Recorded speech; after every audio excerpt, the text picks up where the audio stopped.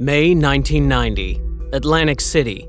Inside Trump Plaza Casino, a Japanese man sits at a private baccarat table surrounded by red velvet ropes and 10 bodyguards. Stacks of $5,000 chips rise a foot high in front of him, and the air smells of cigarette smoke and desperation. He places a bet, $250,000. Wins. Bets again. Wins again.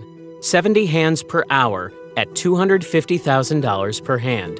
$17.5 million in action every 60 minutes. The casino has never seen anything like it. Upstairs in a private office lined with photographs of himself, Donald Trump watches the monitors. His casinos are bleeding $3 million per day in interest payments. The Taj Mahal cost $1 billion to build, far more than anticipated. And now, creditors are circling, banks are nervous, the Northeast is in recession, and gamblers aren't coming. And now this, a Japanese man keeps winning. $1 million, $2 million, $4 million, $6 million.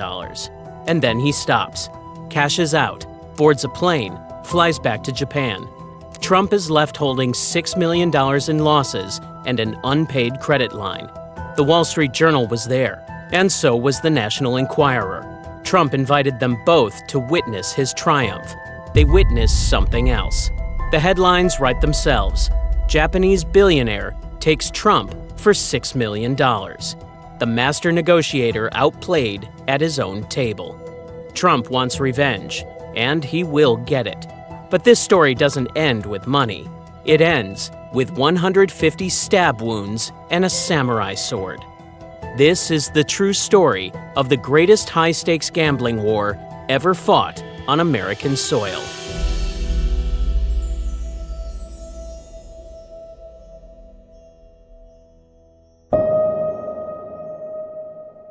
February 10, 1990, Tokyo. A party is underway for the World Heavyweight Championship.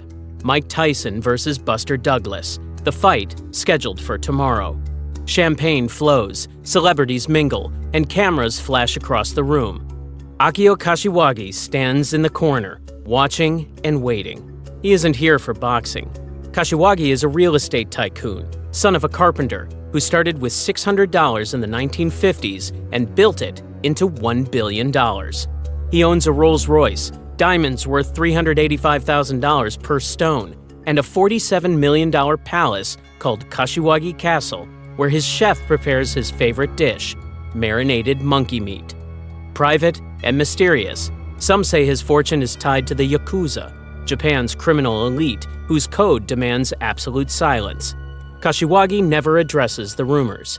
What everyone knows is that he gambles, sometimes for 80 hours straight, carrying as much as $1.5 million in cash, playing until his eyes bleed. They call him the Warrior, and he's one of the top 5 high rollers in the world. Casinos compete for his business. He once won $20 million at Diamond Beach Casino in Australia, almost bankrupting the place. The owner called it the worst night of his life. Another time, he lost $6 million.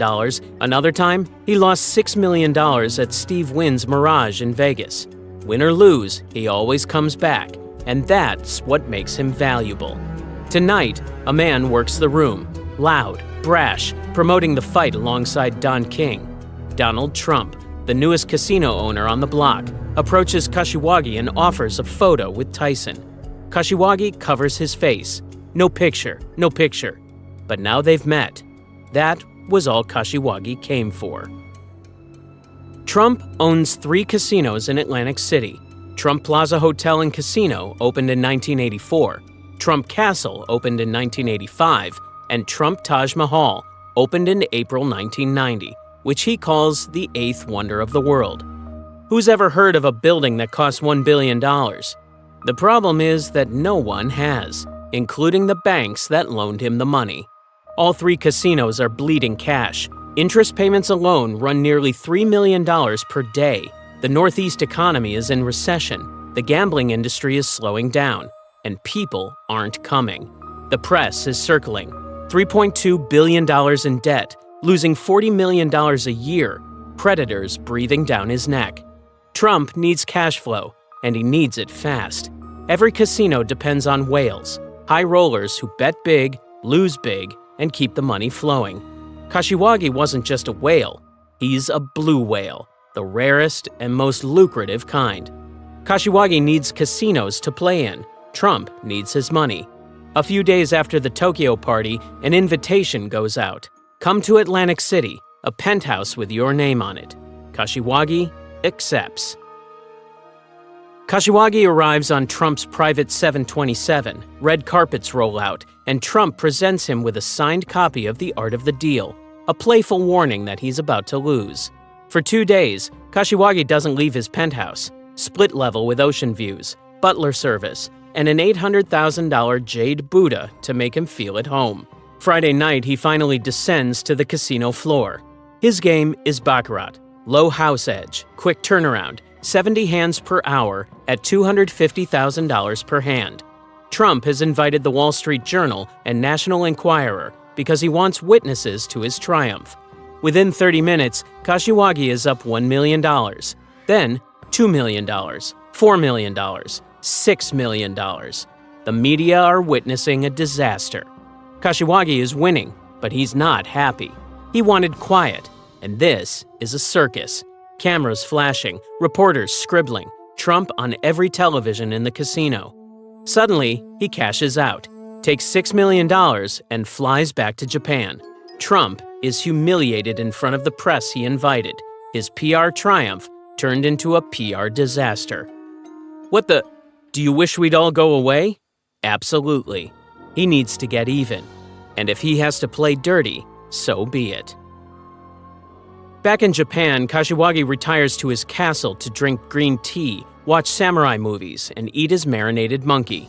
The trouble is that he's now front-page news, and Trump hasn't stopped talking, publicly inviting him back for round 2. Trump's team proposes a date for the rematch, December 7th, the anniversary of Japan's 1941 attack on Pearl Harbor. Not subtle, and when dealing with a man for whom dignity, honor, and respect are everything, not clever either. But behind the bluster, Trump has a plan. Casinos are all about edge, and the edge on baccarat is unusually small. That's why high rollers love it. To beat someone like Kashiwagi, Trump needs a different kind of edge. He finds Jess Markham, a math genius who worked as a young graduate for the Rand Corporation, the government think tank that modeled nuclear war scenarios during the Cold War, specializing in game theory, probability analysis, and strategic forecasting. A chance trip to Las Vegas in his 20s changed everything. Markham looked at blackjack and saw what others missed, a beatable game. He turned his mathematical mind to gambling, developed systems, tested theories, and won consistently. Some credit him as the original inventor of card counting, before Ed Thorpe and before the MIT blackjack team. Trump sets him a new challenge: find a way to beat Kashiwagi at baccarat. Days pass as Markham runs simulations and builds models. Then weeks, and then he cracks it. The solution is genius and ridiculously simple. Kashiwagi's strategy relies on variance, short bursts where he gets in, rides a hot streak, and gets out ahead. That's exactly what he did the first time he walked away with $6 million. Markham's solution? Don't let him leave. Working with another casino veteran named Al Glasgow, Markham devises a contract with nice incentives for Kashiwagi: private jets, extended credit, VIP treatment. But the key is buried in the fine print, a freeze-out clause.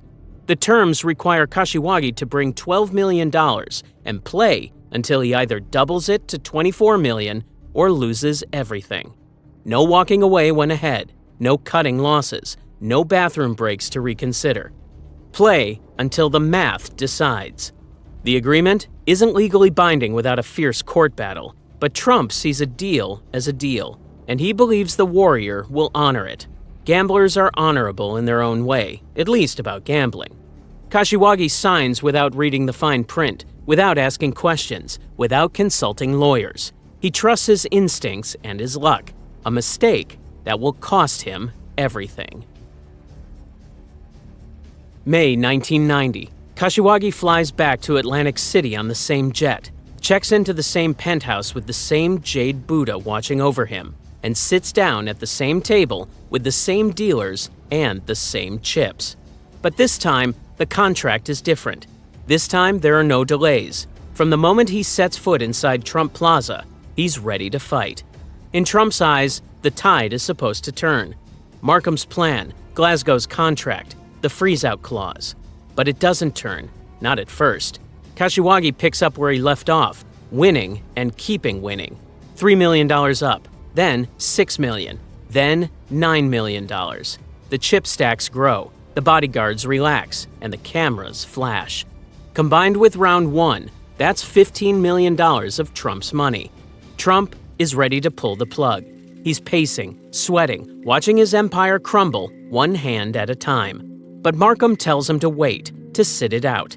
Trump doesn't understand how sitting and watching can help when every chip Kashiwagi takes is money out of his pocket. Every winning hand bringing the casino closer to crisis. But Markham knows the math. He's run the simulations and built the models. The losses continue as Trump grows desperate. Another dealer shift comes and goes. Then, something strange happens. All through the session, the dealers have been male. Shift after shift, same pattern. Now, a female dealer takes over, and the cards turn. Kashiwagi starts to lose, immediately. Superstition? Coincidence? Or bad luck? Was this the plan all along? Trump doesn't care. What matters is that Kashiwagi keeps playing, and he does keep playing, keeps losing. 1 million down, then 2 million, then 5 million as the freeze-out clause holds him in place. He can't leave because he signed the contract, gave his word, and in his world, your word is everything. 8 million down, 10 million down. His wins from the first trip are gone. His wins from this trip are gone. Everything he came with is gone. He should leave, but he can't. He signed the contract. This is what Markham understood. He looked at every angle and found that card counting doesn't work in baccarat because the edge is too small and the deck penetration too deep. Cheating was out of the question. Too risky, too traceable. But there's one thing that always favors the house. Not luck, not skill, not women, not tiredness, not greed. Time. Time is the great equalizer, the one thing every casino has in unlimited supply. The longer a player stays at a table, the more the house edge compounds, and eventually mathematics wins. It always does. After 10 hours of play, there's a 45% chance of walking away ahead. At 30 hours, 30%. At 50 hours, 20%.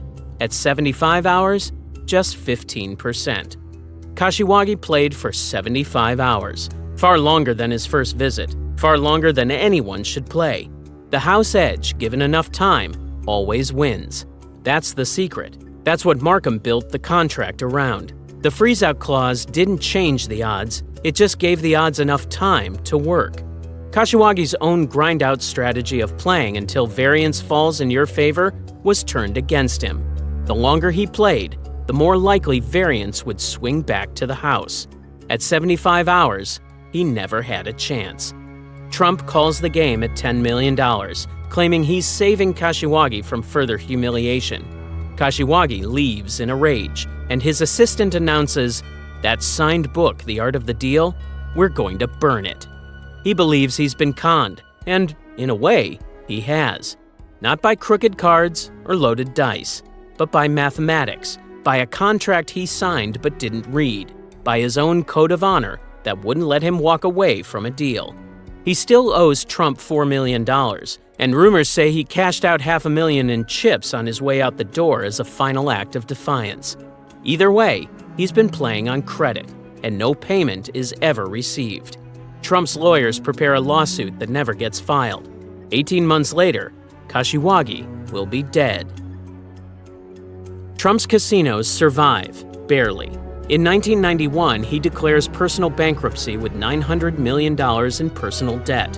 In 1992, all 3 Atlantic City casinos file for Chapter 11. Then again in 2004. Then again in 2009. 4 casino bankruptcies in total. Billions lost. Thousands of jobs gone. Creditors lose everything. and workers lose their jobs, but Trump loses nothing. His name stays on the buildings. Trump reinvents himself with the art of the comeback, then reality television, then The Apprentice for 14 seasons, and then, in 2016, the presidency. We're going to win so much you may even get tired of winning. He's been saying it for years, and in some ways, he's right. He keeps winning, or at least surviving. Kashiwagi does not reinvent himself. After Atlantic City, he flies to Europe, London, Monte Carlo, trying to win it back. He fails and returns to Japan just as the real estate bubble bursts in 1991. Property values collapse overnight, fortunes evaporate, banks fail, and Kashiwagi's empire crumbles with it. His assets become liabilities, his debts mount. The Yakuza comes calling. They don't send lawyers or collection agencies. They send men with missing fingertips and full-body tattoos. By the start of 1992, Kashiwagi is hiding in his castle, surrounded by bodyguards, owing a staggering $131 million to banks, creditors, and people who don't file lawsuits. January 3, 1992, New Year's week, most of his staff on holiday. Someone gets inside Kashiwagi Castle. No security, no witnesses. The white paper screens are splattered with blood. Akio Kashiwagi is dead. The body is discovered by his housekeeper, face down on tatami mats soaked through with blood. News reports describe the scene. As many as 150 stab wounds, a frenzied attack, overkill. The murder weapon is a samurai sword, traditional, Japanese, the weapon of warriors. Trump, in his book The Art of the Comeback, describes it differently. Hacked to pieces. 3 words, no sympathy, no regret. A Yakuza foot soldier named Kodosaki is linked to the murder, but no one is ever arrested, and no one is ever convicted. The case remains unsolved. The $131 million debt dies with Kashiwagi, and so does the $4 million he owed Trump. All his markers, all his promises, all his obligations erased. Some debts can't be settled with money. In 1995, Martin Scorsese released Casino, De Niro, Pesci, Stone, a 3-hour epic about Vegas. One character, a mysterious Japanese high roller named KK Ichikawa, is based on Kashiwagi, the warrior who fought for 80 hours straight, who won $20 million in Australia, who lost $10 million to Trump, who died alone with 150 wounds and a samurai sword. 2 men entered this war, 2 men who measured success in zeros. Trump got his money, or most of it, $10 million recouped, the $4 million credit line unpaid, but the debt died with Kashiwagi. Kashiwagi got the sword. The warrior fought his last battle alone, inside his castle.